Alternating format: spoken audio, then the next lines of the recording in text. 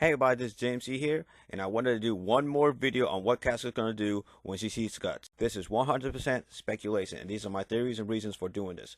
So here we go. But first I gotta say that Casca did get her sanity back only for a few seconds after being possessed, telling Guts that she had a nightmare in the Dreamcast game, Sword of the Berserk, which is Rage.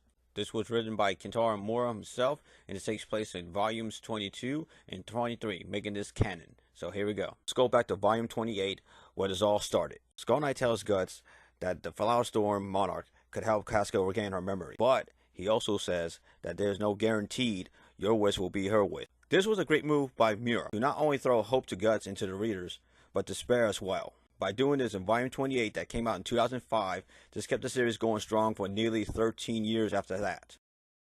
Now, I am going to come back to this later on in the video, explaining why Skull Knight said this. Now, this is what I think is going to happen in chapter 355 of Berserk. I will be using evidence that I've gathered for my theories, and I will be doing some comparisons from not just from anime, but also from TV shows as well. Now, the chapter will either start with Farnese and Surike checking up on Casca and does a close panel on her, or this will start at the celebration. As the chapter goes on, the party stops, and Farnese and Surike walks in the room with Casca. Guts stands there and says her name. They both exchange looks to each other. As Casca walks towards Guts, he remembers Skull Knight's word. She then punches Guts in the face, and everyone is shocked, except for Farnese and Surike. I only say this for two reasons. Back in volume 26, Fleur says to Skull Knight that karma is by no means a circle, indeed it's a spiral, meaning that events will happen, but in a different setting.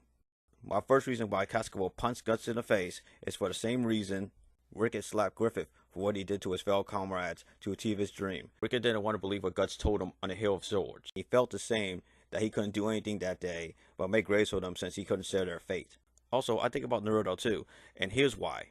When Naruto finds out that the fourth Hokage is his father, he punches him and he asks his father of why he put the Nine Tails in him, putting him through all that pain for him to endure for all those years before he forgives his father and gives his reasons why he did it to his son. Of course, you can't compare Naruto's pain to Casca's pain, but still, it's the same type of pain that neither of these two characters wanted in the first place. My second reason for this is that when Casca and Guts always meet up in the Golden Age, they're either fighting or arguing. Again, going back to the whole karma is a spiral thing. I mean, the first time they met, they end up fighting against each other. Second time after the battle, she's arguing about how he messed up their plan and calls him a mad dog. The third time is after the incident with Zod, where she blames him for Griffith's injury. The fourth time that she punches him is when Guts tried to interfere with Griffith's visitor. The fifth time she's arguing with him for missing practice. The sixth time is when she gets frustrated when she realizes that Guts saved her life. The seventh time is when she breaks down and yells at him saying, "Why you? Why did he choose you? Why you?" The eighth time is when he's saying that women are trouble on the battlefield, but he only uses this to get her motivated for her to keep going. The ninth time is when he tries to tell her to escape, but she keeps on refusing. The 10th time, even though it was funny, is when Guts couldn't recognize her in her dress and asking if she likes that, only to get hit by her.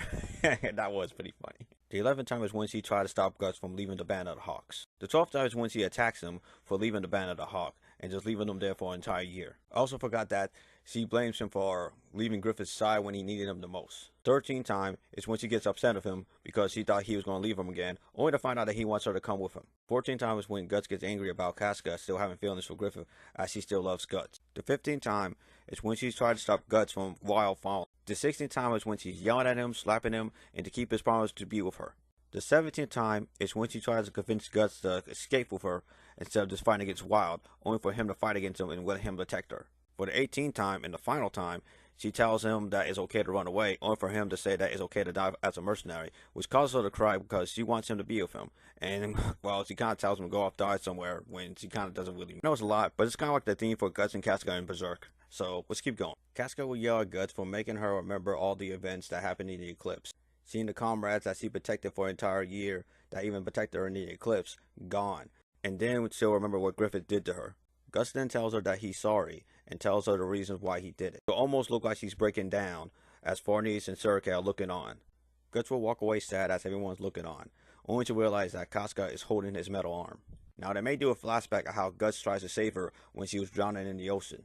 I'm not sure what words Casca is going to say, but I think she's going to be saying this: "Even what we went through, you still bleed for me." Then she looks at his face and says, "You fool," and starts crying.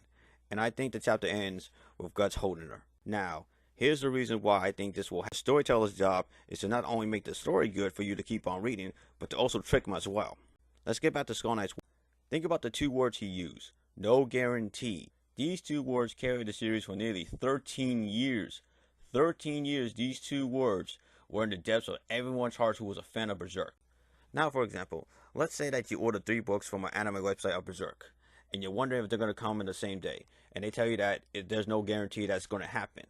But it may happen in a coincidence. No guarantee is like, I don't guarantee that you're going to get your books on time, or I don't guarantee that your pizza is going to be here on time, or I don't guarantee that you're going to get your money on time, and so on.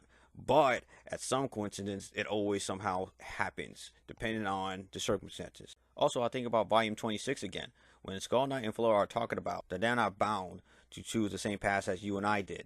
But Muir did an interview in 2016 for his official guidebook of Berserk. Interviewer asked, I heard that you decided on developing the next arc, and you're drawing it right now, Muir. What else is he going to do after the troll arc?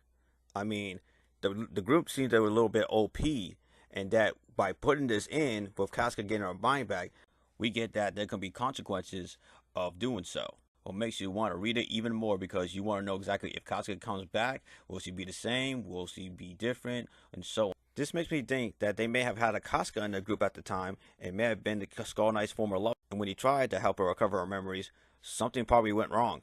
This is probably the reason why he prepared Guts for that scenario, to prepare for the worst in case something happens. Now let's go ahead and talk about the hot topic, that Casca might be the idea of evil. I kind of thought about this a few days, and I just don't buy it, and here's why. Muir knows that his chapter 83 is leaked online, and when he took it out from volume 13, to me it became non-canon, and here's why. I'll use Friday for example. The main character Greg gets fired from his job, and by the end of the movie, he never gets it back. But in one of the deleted scenes, his dad told him that his job has called, and they want him to call him back. Now he gets his job back, but only in the deleted scene, which means if it doesn't make it into the final cut, it doesn't exist in the story. Which is why chapter 83 doesn't exist. Now in chapter 82, Griffith did meet something, and if he does bring it back in the series, which he may, Muir may change the purpose of it, that way he can keep the readers guessing. For example, Zoro was supposed to be a villain in One Piece, only to become one of the main characters in the story later on.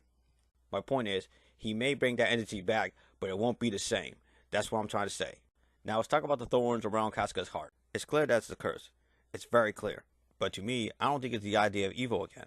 Muir always likes to use real life situations in his manga, and I'm going to use this one person as an example. Gemma from Sons of Anarchy. On season 2, Gemma is kidnapped and raped by the Nazis, and being told that if they keep on doing deals with their enemies, that this will happen again. Throughout the season, you can see how much this changed Gemma. It got to a point where she freaks out when her husband touches her. This was new territory for Gemma, because in season 1 she was so strong, and then after this happened, you could just tell that no matter what happened, she didn't want anyone around. She was able to get through this with the help of her son's girlfriend, Terra. With her help, she managed to tell Clay and Jax of what happened, and this was the first step to a world of recovery for Gemma. And that's what I think this is.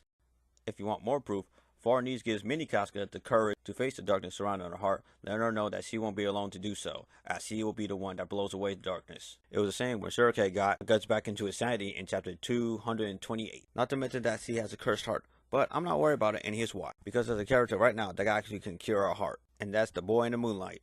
If he can help Guts get back his sanity from the Berserker armor, which is cursed, why can't it be for Casca for a cursed heart? Now the question is this, will Casca remain the same in the past? The answer is not yet, and I'll explain. Back to the eclipse. When Guts passes out, he is full of rage and hate after seeing what Griffith did to his comrades and ripping Casca right in front of him, which helps give birth to the beast of darkness. With Casca, on the other hand, she passed out with fear in her heart. This was proven when Casca didn't want Guts to be near her after the eclipse.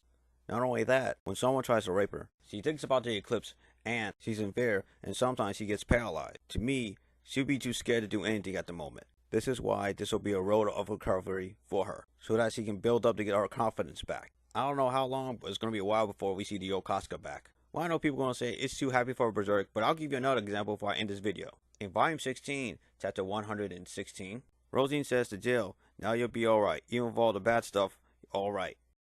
And if you think about it, I think Muir did this on purpose. Every time our characters start off in a new arc in Berserk, they face a darkness that can always eat them whole, but only through struggle that they can always find hope in the end. And that is my final prediction of what's going to happen in chapter 355 of Berserk. What do you guys think is going to happen in 355? There's going to be more Berserk videos in the near future. This is James G. Later.